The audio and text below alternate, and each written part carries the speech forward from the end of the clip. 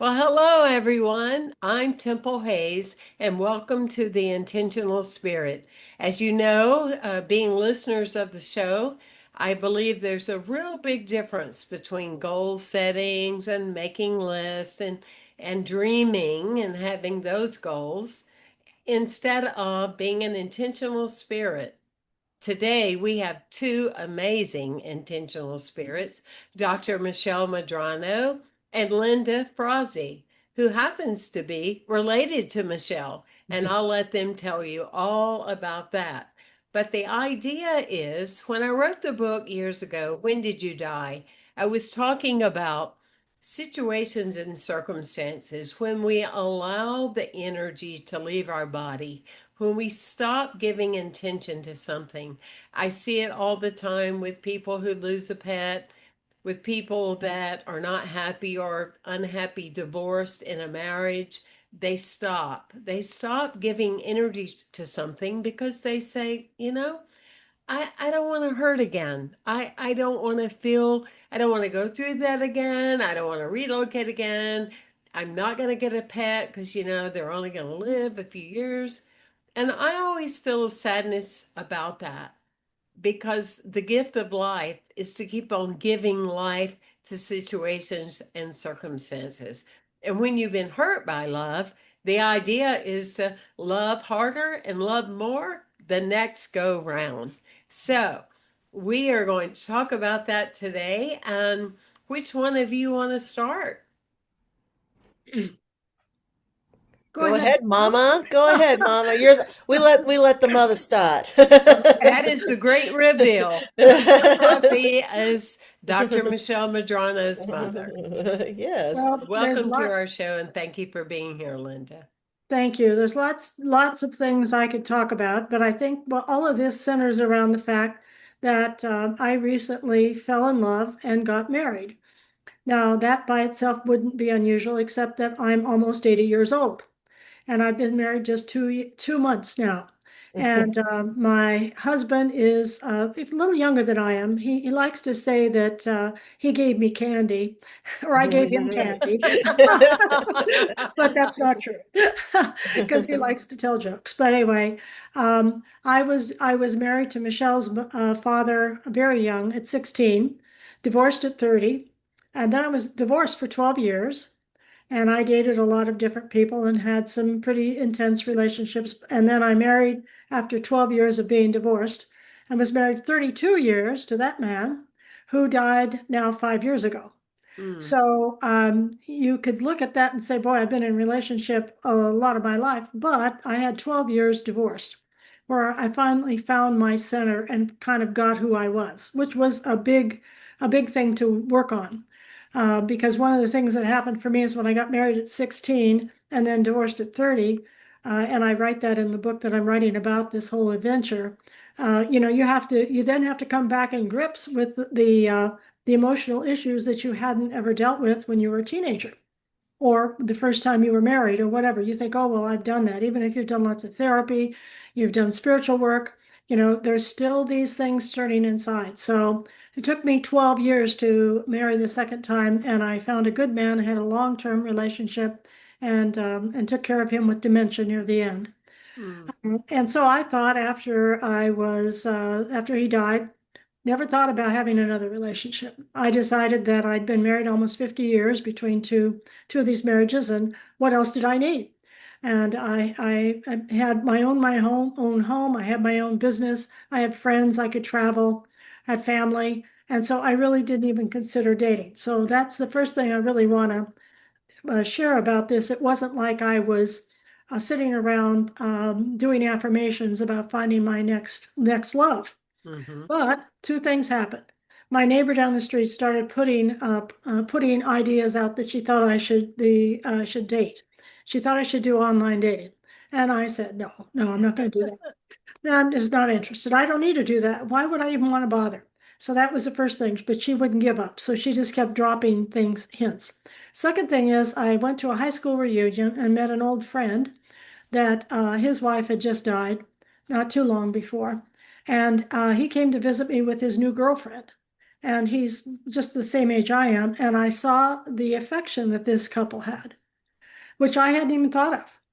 I hadn't even thought about missing that. It wasn't like I was sitting around thinking about missing that. I just hadn't even thought of it. And I looked at them and I thought, oh, wow, I'd forgotten all about that. That would be nice.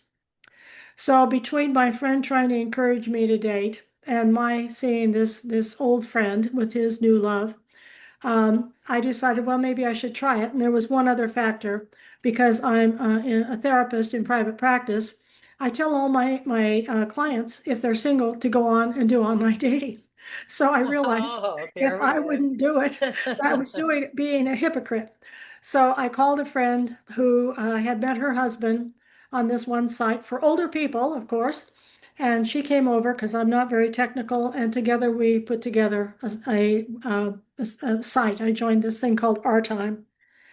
And I thought, well, it would be nice to maybe go to a movie with somebody. It might be nice to, maybe I'll take up dancing. That was before I hurt my knee.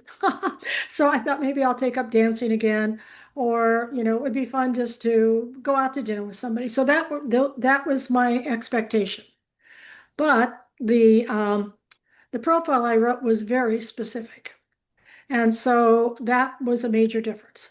So basically, what I did is I just said, I'm new to this. I'm going to tell you a lot about myself because I don't want to waste your time or mine. Hmm. Because I didn't want to be answering a lot of emails. I didn't want to be, I knew some of my friends had gone on online dating, had been spoofed, or somebody didn't show up when they said they would. And I just thought, I'm not that interested to go through all of that. So I said it was metaphysical. I talked about my political feelings that I didn't expect to change that. And I said, I'm looking for somebody who's been in a long-term healthy marriage. And if you've been divorced, I expect you to know the reason that you got divorced. And if you tell me you married the wrong woman or you just went your separate ways, that's a non-starter for me. That was one of the things I Wow. said. Good, It's just good like, put that out description. there. And I said that I was metaphysical and highly intuitive, and I believed in emotional intelligence. If you don't know what that is, don't call me. Wow, that like covers it all. We all Yeah. need a copy of that. Not, Yeah, I really. mean, we're not looking for a relationship, but those of you that are listening, I mean, you definitely want to replay this and write that down because you covered it all, really. Yes, Well, I yes. just figured that if I was going to even go out to dinner with somebody, I didn't want to argue about politics. I didn't want to have to explain, that I was metaphysical. And so anyway, and I just released it. So then I was in Arizona when I wrote that. Then I came and stayed with Michelle and Ken, my daughter here and her husband, in Colorado. So I changed the location to Colorado, and I met one fellow, and we met for coffee, and then we met again for dinner about a week later. And I said, "Did you read my profile?" He said, "Oh no, I didn't." And I said, "Well, do you have any questions?" And he said, "No." And I said, "Well, tell me something that you really love." And he looked at me, and he talked about his dog. So he said, "I really love," and I thought he was going to say his dog. He said, "I love my guns." And I mean, he just didn't say I like to shoot. He said, "I love my guns." I went, "Oh, that's very nice. Okay." And so that was it. So he was out of the question. I think I That texted him the would next do day, it. and I just said, uh, I found somebody, or I'm looking for somebody that's more compatible. I don't remember, but a text. And he said, "Fine, good luck." So that was it. So I would say to anybody that does any online dating is, don't waste time. I mean, Mm, even if you're just looking for somebody to go to the show or go out to dinner, of course. it's, if your interests are just not at all there, or you're politically so different, you're not going to change them. They're not going to change you. Why would you waste your time? So now, while I'm doing this, Michelle and Ken have me on Find My Friends because they're not sure about where I'm going to be. So every time I have a date, they're checking it out. My daughter-in-law, who lived closer to where I would often meet people, often said, "I'll come and get you if you need me, so just call me." So it was a role reversal. They were just watching over me. So the next one I saw was a man named Roland, and so I text him alike. And we talked, I think we just text. And so we agreed to meet for coffee. So we met for coffee. And I got to talking. The first thing that was different is he brought me a dozen red roses for the first time to meet, which was very romantic and nice. Hmm. And he's a great talker. And as we sat down and talked, we had a lot of coincidences. We had actually been in the same business. We lived down the street from each other. Our kids went to the same high school, although in different years. And it was just a lot of coincidence. So it wasn't like love at first sight. It was more like, well, this is interesting. There's a lot of things here that I should follow up on. So we started seeing each other a little bit. He was Catholic. He is Catholic. And I thought he might think that science of mind was a pretty weird thing. So I didn't tell him too much about that until Michelle was speaking one time. So I said to him, I go to this church. And he said, yeah, I've seen that. That's a very interesting looking church. And I said, yeah. And I said, maybe you'd like to hear her speak. Now, I think by that time, Michelle, I think you had met him. I think so, probably. Mm-hmm. Yeah, because this Mm-hmm. this is like again the role reversal continues. So Mm-hmm. I'm living with my daughter and son-in-law, so they're like my parents, meeting him at the What door. time will you be home from your date? And Where are you where are going? you I going? And love who are it. you I love it. seeing? That's right. So he had met them. So he came to Mile High and he was blown away, just blown Mm. away with the church, with the people, the friendliness, and with Michelle. So that was a big step. So I don't want to bore everybody with every detail, but that was a No, there's beginning. nothing boring about it, really. That was the beginning of little by little. And I would say that we got to know each other gradually. We decided we'd be friends, and we were friends, and we dated. And there wasn't a lot of affection other than maybe holding hands or hugging each other when we saw each other. And he is a widow, and he had taken care of his wife for 26 years while she had MS. And she had only passed away 4 months before. So this was something brand new for him. He, had been married for 26 years or 46 years by that time. And it was a love relationship and he was the caretaker. So we were both a little tentative. So we gradually we got to know each other. We began to see that we decided we'd be a couple, but we made two important agreements. Neither one of us would be a caretaker for each other and we would not get married.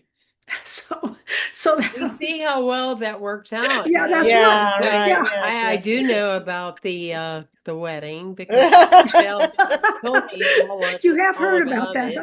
huh? But you know what I'm happy about, and I don't think a lot of people have put this together yet. When you are longing or you see that a relationship is happening in your life and you're thrilled about it, don't share it with people that aren't in one.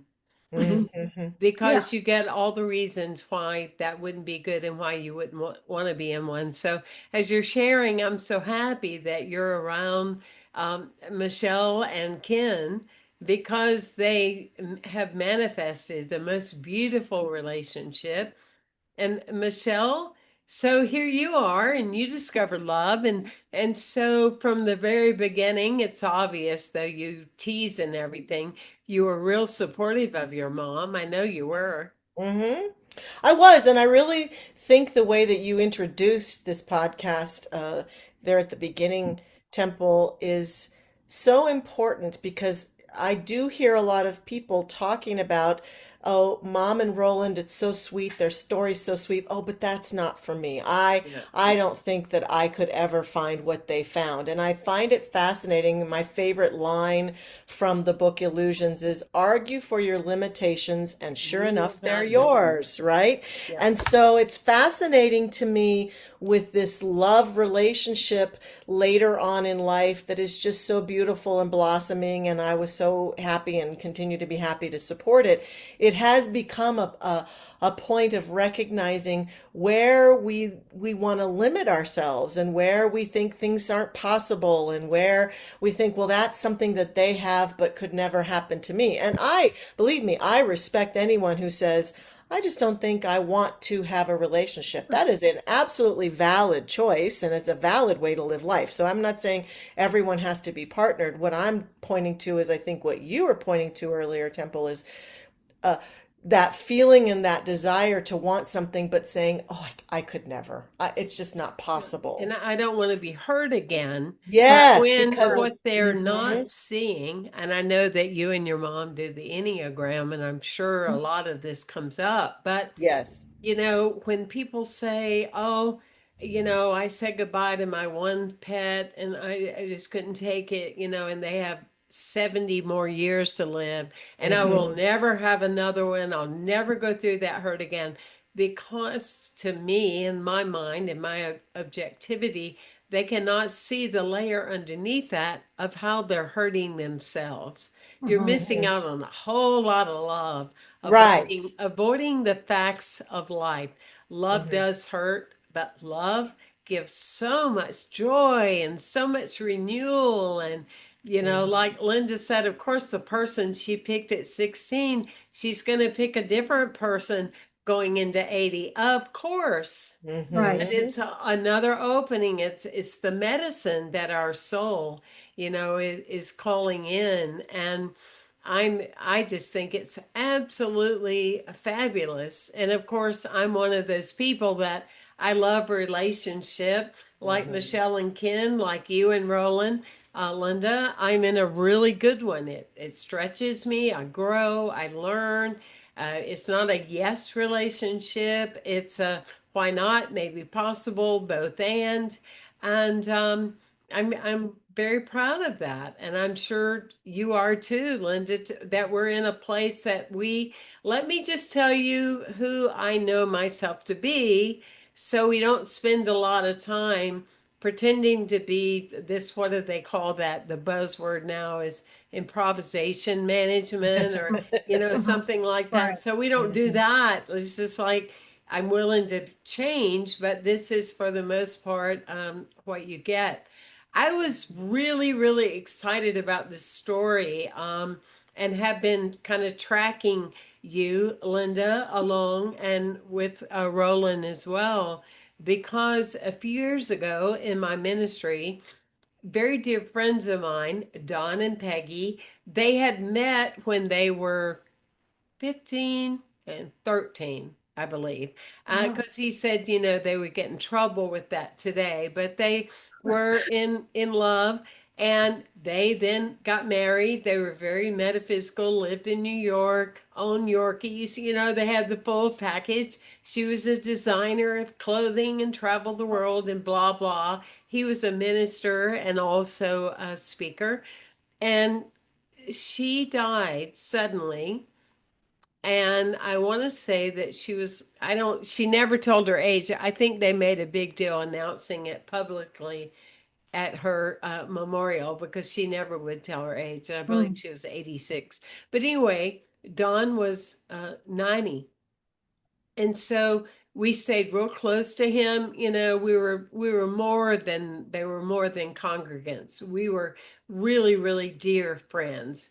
I found them the last Yorkie that they had, actually. I mean, we were just close. And so that being said, 6 months after Peggy was gone, he came into my office and he said, well, I'm ready to be in love again. I love I it. was kind of in That's shock. I'm great. like, Yeah. what? He said, yep, I'm ready. I'm ready to date again. Life goes on, life moves along. And so, in just a few months, he came back into my office and he said, I've met Janine, and I actually knew her. And he said, this love is the most exciting thing for me. Shorten the story, I married them in my backyard. Word got around, and they were on Good Morning America Oh, that's as great. being 91 years old and Hmm. being in love. And Hmm. they embraced it like you are, with the wisdom of the ages, but with the freshness of falling in love for the first time. Mhm. Hmm. Yeah. Oh, I think that's a beautiful story, and it kind of encompasses everything that we're talking about Yes. because, um, you know, what Michelle mentioned. I'm writing this book that's on the theme of our wedding, which is love waits on welcome, not on time or age. Say that And again. Love waits on welcome, not on time or Okay. age. It was the theme of our wedding. I love that. Love waits on welcome, not on time is from the Course in Miracles, but I added or age. And so people have been inspired by us, and so part of what I'm writing is the myths of like what keeps us blocked, these outer myths that are perpetuated. Hmm. And like, well, I'm not, which is really a cover for I'm not good enough or I don't feel good enough if you want a relationship. I Yeah. agree with Michelle. I mean, we're not saying everybody should be in, but I think there's a lot of people who would do much better with it. So anyway, so people are either inspired or not. And I have a niece who I just spoke to today who just called me. And because of this, and watching Roland and I, she divorced her husband, which was not a very good relationship. And she said, I found him. So she went on. Hmm. She's 20 years younger than I am. She's gonna be 60 in October. I'll be 80, and she has found him, and she's found him, and he's the perfect one for her. Mm. You are And a she huge influencer with and she that. said she That's said I wouldn't have fabulous. even thought of this. Because she was the other relationship was not horrible. It wasn't like she was being beaten. It just had died a long time ago. They weren't a good match. Yeah. And that's a lot about this is really believing that there is somebody out there that's a good match. Hmm. And I was thinking earlier about how people will say, well, nobody will want me because I'm overweight or I'm not too tall, I'm not tall enough, or whatever their current insecurity they believe they have that's a blocker. And then, I'll often say if they're my client, well, the next time you're in a crowd, just notice the couples and notice how everybody is not beautiful. This is not It's Hollywood. not all just models and They're couple not just relationships, models, right? with lots of money that are smiling with beautiful clothes. I said they're ordinary people who are Yes. having an ordinary life. And there's somebody for everybody. But if you really believe that that's not possible, that can't happen. Hmm. Well, it's interesting what you're saying. I'll tell a little bit about my story, and Michelle, I want you to tell yours too, because Hmm. everybody resonates with a different story. And I love what you're saying. Kind of the undertone is I stopped looking for the right person and I became the right person. Hmm. I became the rightness within myself. And I was in a good relationship. We had been together a number of years. We had common things, but like your niece, it wasn't amazing.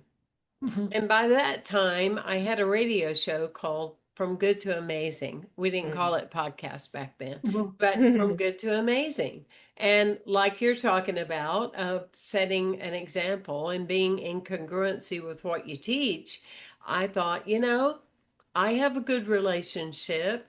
I'm comfortable, but it isn't amazing. And at the same time, my wife was in a marriage that they had talked about leaving years prior and knew that was their goal, but they had a younger child. And she's thinking the same thing. I'm in a good relationship, but I'll never be adored. I will never be really honored. And Hmm. I kept thinking about Linda and Michelle because I was serving at the time like you and Dr. Roger, I was serving with the minister that I would be replacing. And one day he was there with his wife, and I saw the way he looked at her. And like you're saying, Linda, when you saw that couple, when I saw the way Alan looked at Catherine, and I was 46 at the time, I said, no one has ever looked at me that way. I just know it. I don't think anybody ever has. And everybody ought to have somebody look at them like that. Okay. So I started looking in the mirror. I'm not going to go too far into TMI, but I started looking in the mirror and I was singing, You are the woman that I always dreamed of. Oh, I that's knew it great. from the start. And so I would sing that in the mirror. And by then I had left the relationship I was in. And I went, I just need to be open. And in the meantime, a psychic told me that the person that would be my life partner loved chocolate. Hmm. And so we That's a nice just, clue. a very nice clue and a very nice, wonderful affirmation. And Uh-huh. so the story goes that we just started supporting each other through our separations with no intention, not consciously, ended up together. And of course, that big important question for me needed to be, do you like chocolate? And the rest is history 21 years later. Wow. And so, and better and better and better and better. But like you, Linda, I didn't even know that I was looking. I Mhm. just knew that if I were looking, it had a different criteria than anything I'd been willing to settle for in the past. Mhm. Right. And so, Michelle, tell us about you. I know there's a story there.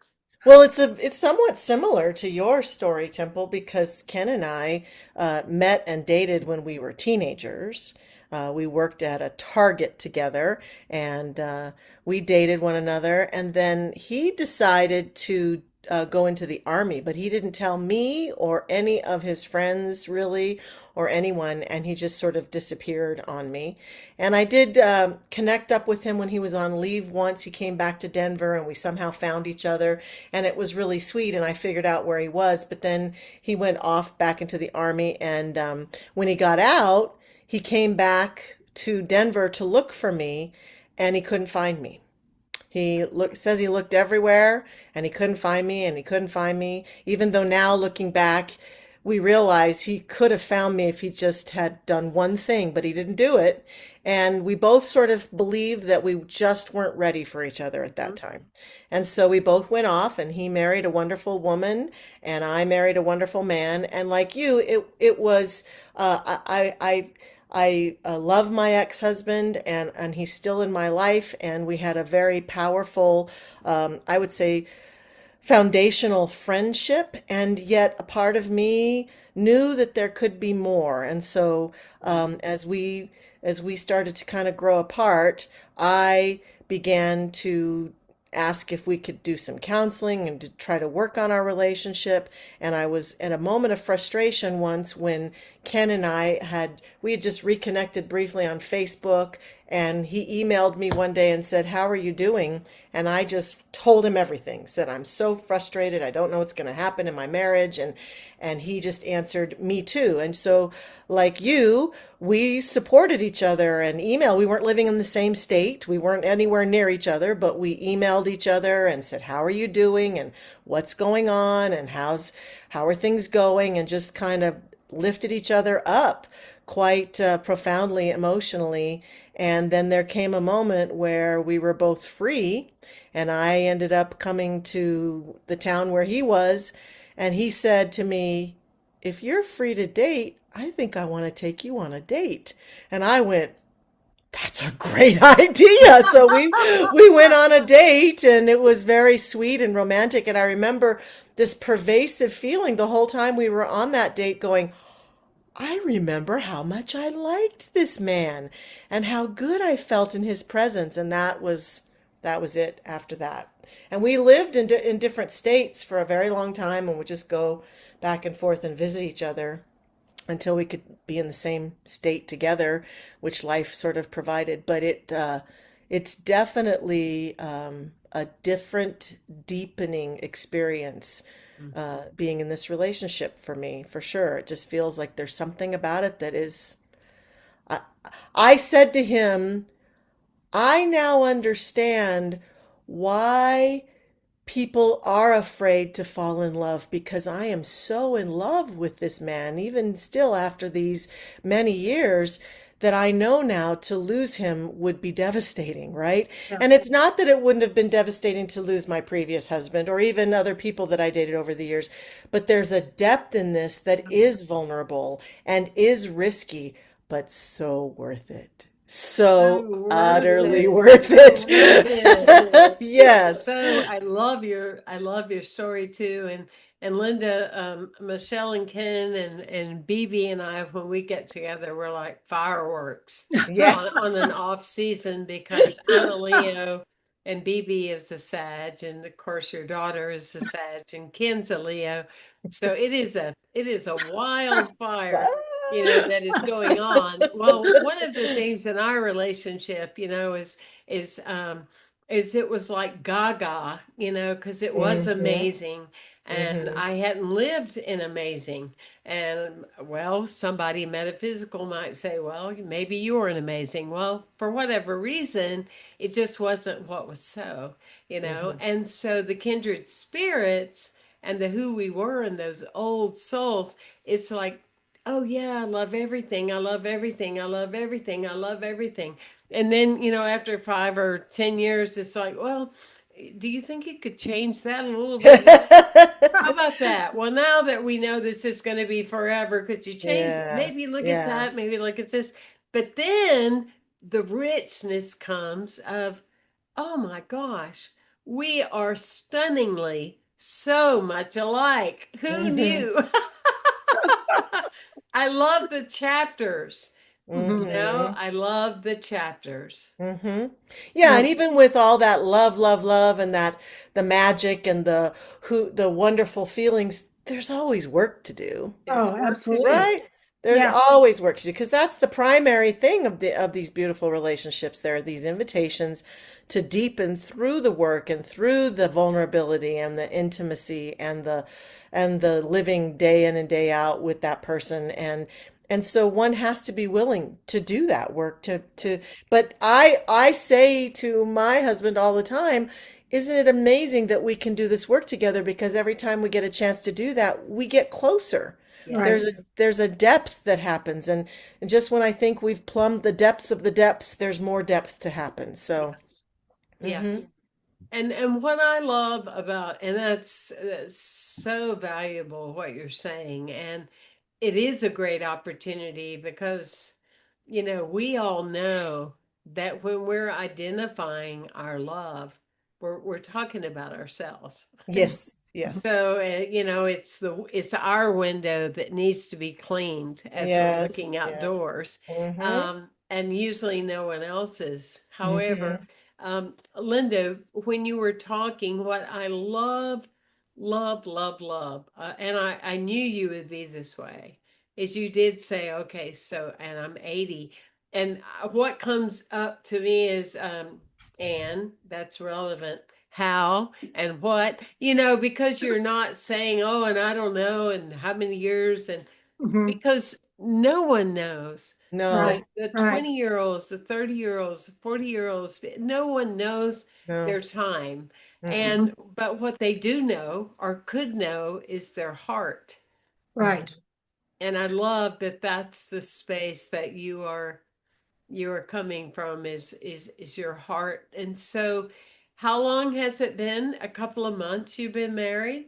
I've been married 2 months and we've been together a little over 2 years. Mm, And so, we didn't get married right away. And that agreement that we made in fact, Michelle, I'll have to tell you how she reacted when she did this behind my back. When I told her that Roland and I decided to be a couple, we were not going to be caretakers of one another, and we weren't going to get married. What did you do, Michelle? I don't remember what did I You do. told me that you rolled your eyes. Oh yeah, that's right. When you weren't looking, I rolled my eyes. Yeah, Yeah. that's true. I Oh, rolled my eyes. because and then later, as time went by, she said, "Are you meaning to tell me that if Roland got sick, you wouldn't take care of him?" And I went, "I would." And she said, "I think you better really think about that agreement." And then, but it was a reasonable agreement to make because we had just both come off of. Yeah. Roland's wife was in a wheelchair bound for years, but her mind was okay. So it was a physical thing. My husband's body was fine, but his mind was gone. So neither he nor I had a whole person basically. But we knew what that was like to be a caretaker. So the first thing that happened not long after that, a few months, I came for Christmas and I got very sick. I was snowbirding, but I was mostly living in Arizona. And I got double pneumonia and flu A, and I was in the hospital. So I went to the hospital, And Michelle was there, and Ken was there, and Roland was there. For like 5 days, I was on oxygen and all this. Well, it was time to go. And I now had to decide where I was going to go home to because I couldn't fly at that point. And so Michelle and Ken, it was at Christmas time. It was supposed to be their vacation. And so they'd Mhm. spent their whole vacation at the hospital with me so far. And I was afraid I was going to give it to Roland. Well, the doctor came in and said, it doesn't really matter because they've both been profoundly exposed. They've all been here. So you can go where you want to because Roland was wanting me to go with him. So I went with him. Well, he was thrilled because he really knows how to be a good caretaker. Hmm. But Oh, what I wow. realized there, I had not received caretaking. Mhm. I had two husbands. My first husband didn't know what caretaking was. He just on the Enneagram, for any of you who are listening to that, he's a 5, which is a mental type, kind of like a scientist, very, very thoughtful about the outside world, but not particularly connected to people. My second husband was very sweet and kind, but he was like an absent-minded professor who was going, "Oh, wow, I wonder what my next invention would be." And he said it another way. And if I asked him, if I'd said I need water, he'd go get it. But he had never had children, he'd never been married. So it didn't occur to him that maybe I would want water, if I was sick in bed. So Roland took care of me, and I'll tell you, it was a incredible experience because I'd never had. Even my parents, and this is just a sidestep, but my parents were both mental. There's 3 centers of intelligence in the Enneagram: the mind, the heart, and the body. I'm a heart type. So I was a little kid whose arms were up all the time, pick me up, pick me up. And they'd say, "Oh, honey, here's a book. Go read a book. Go learn Mm. something," because they were all into the mental equivalent of everything. And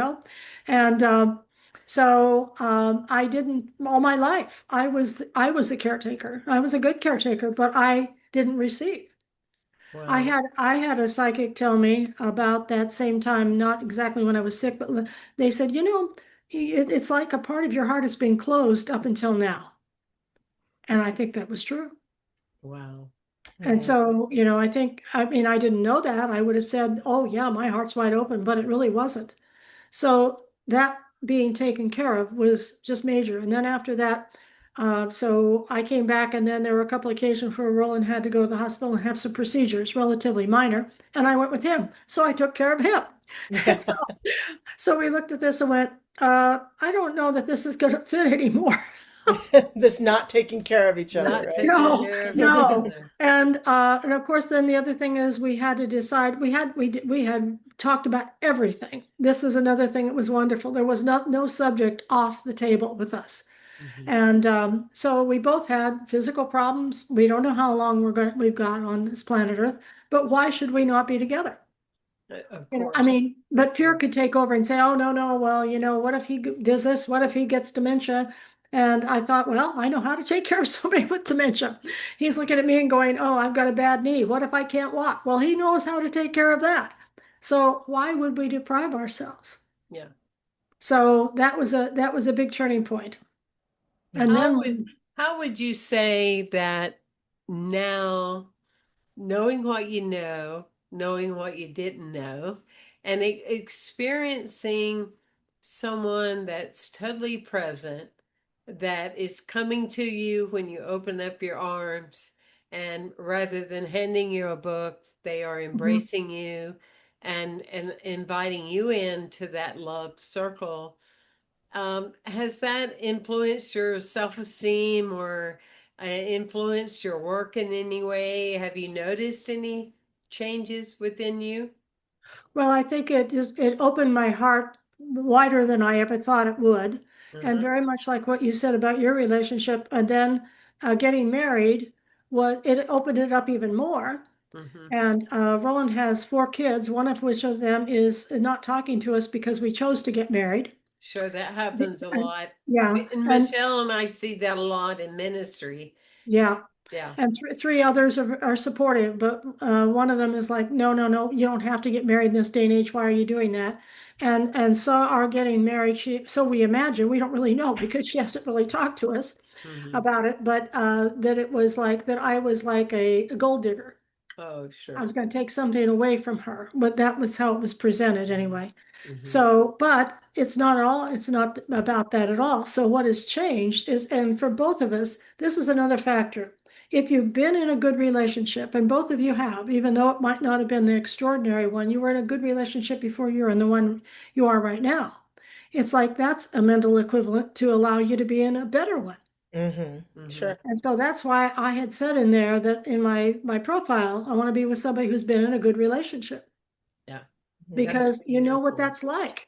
And we know what it's like to be married. I mean, you want to be committed, or we want to be committed. I'm not saying everybody has to be or should be, but we know what it's like to be married and take that level of responsibility, which doesn't really feel all that responsible at this age. But we and so we wanted that. Hmm. But other people look at it like, oh, well, somebody's going to get something, take something away. But Hmm. we didn't look at that at all. And the funny thing about it is, I'll just add one more thing.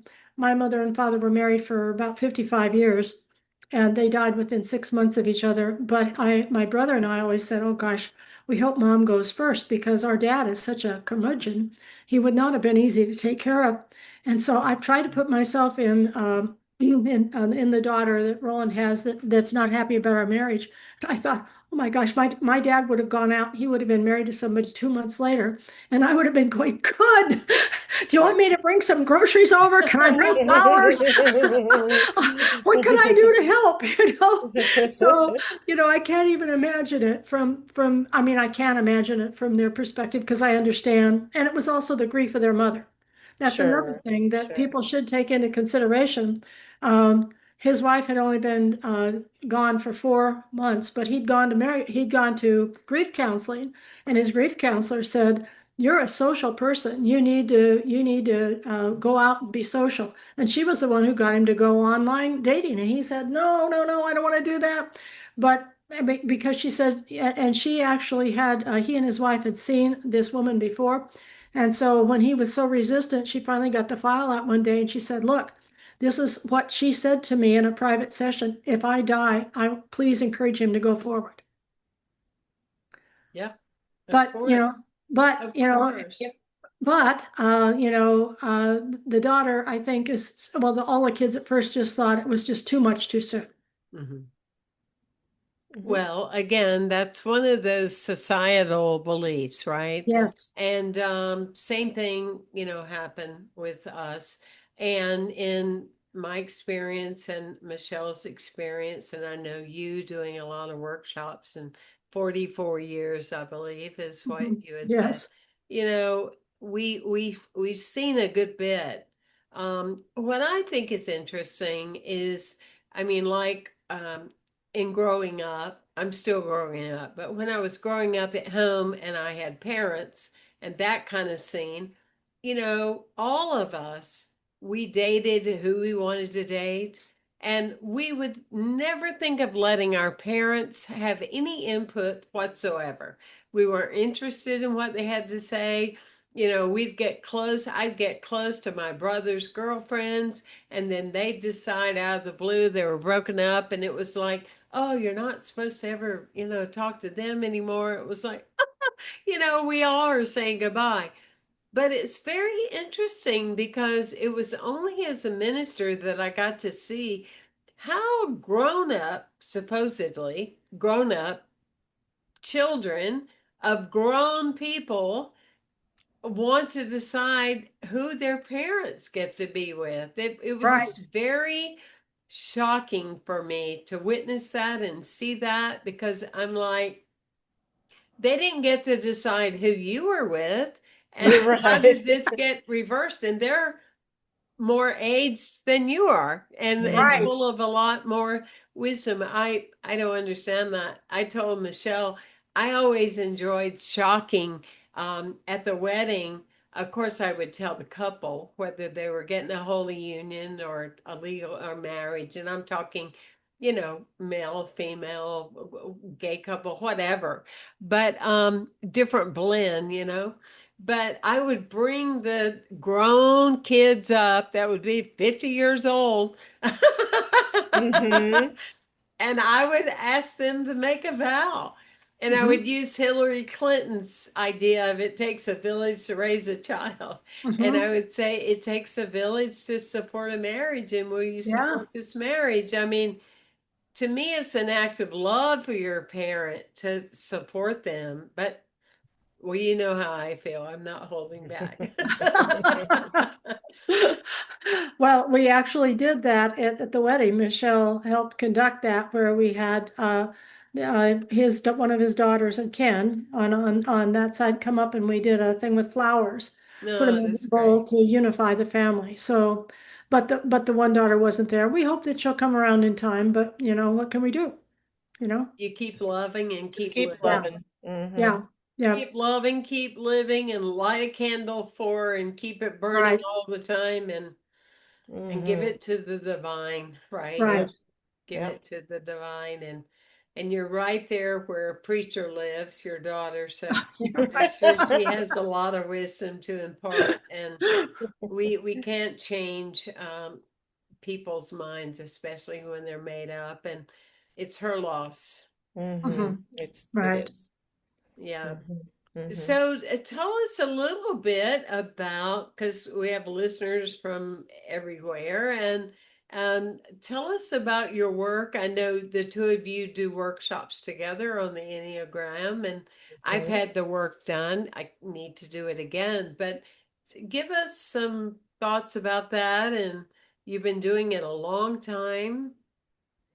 That's true. Yes, I was a professional speaker for many years ago, and around the country. And I was using the disc and the Myers-Briggs Uh-huh. which were well-known instruments in businesses and in keynote addresses and a lot of things, just to help people understand that people look at through different eyes. And it was very popular. They were so when I heard about the Enneagram, I thought, oh well, this goes too deep because I say the Enneagram is for serious seekers because rather than just taking an instrument or a test, although if you get online, you could see that there are lots. My school of thought does not support that because we think that cheats your process. We believe that you must find yourself. So you can do a typing interview, which now Michelle is certified, so we both can do that with people to try to find themselves. And then we do workshops, and I've used it in my private therapy for all these many years.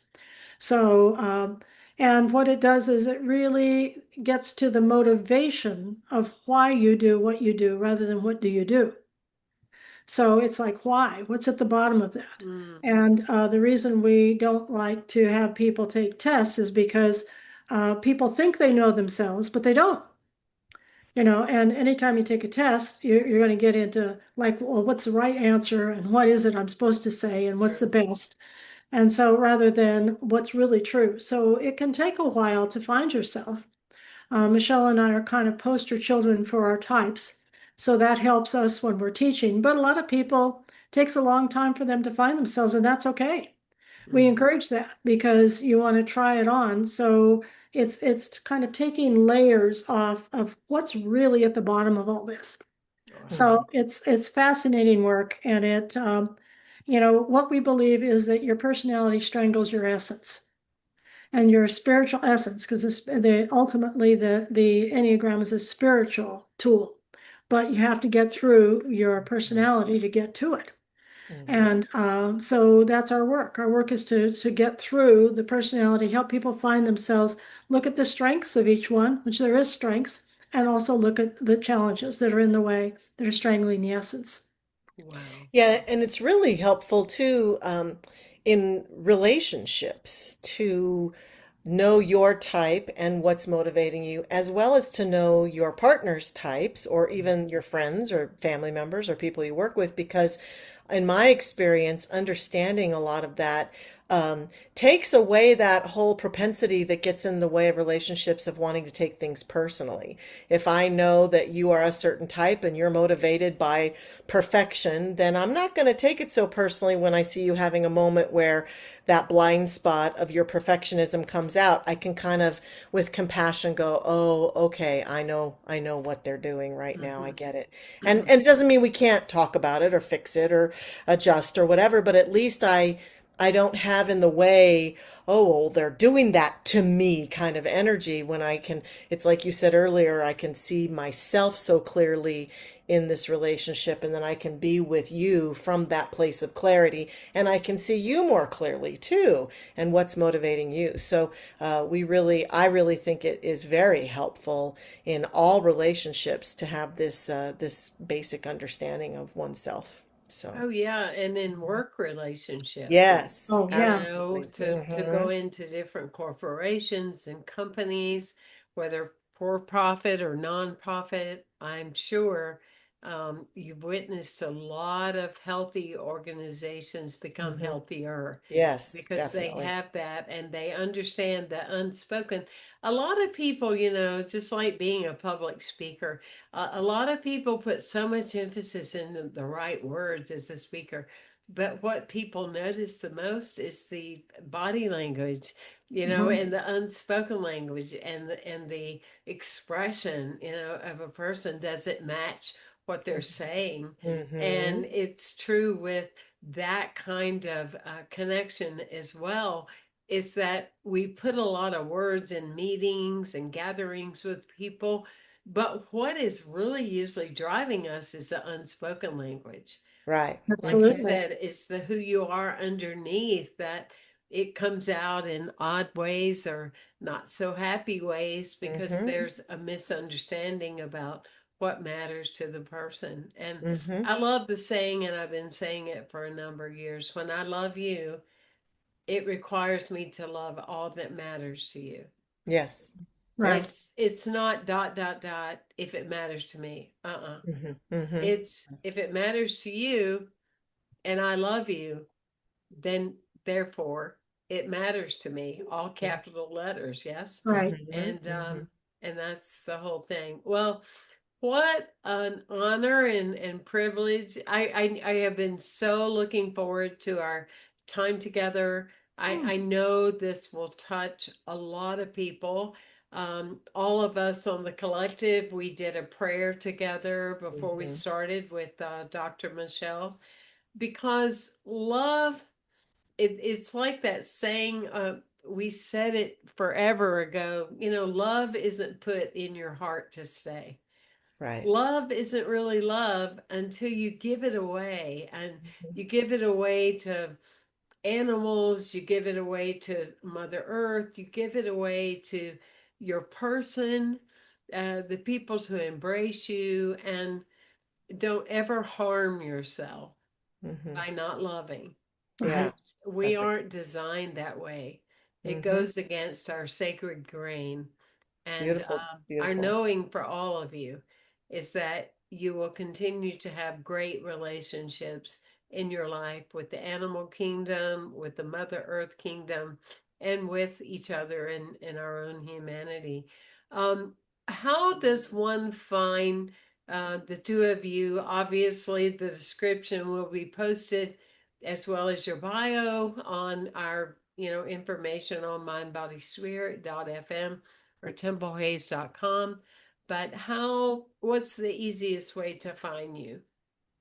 Well, for me, if you go to Linda Frazee, that's Frazee, .com, you go to my website, and if you're interested in anything with the Enneagram, it's right at the top of that, and it'll take you in there.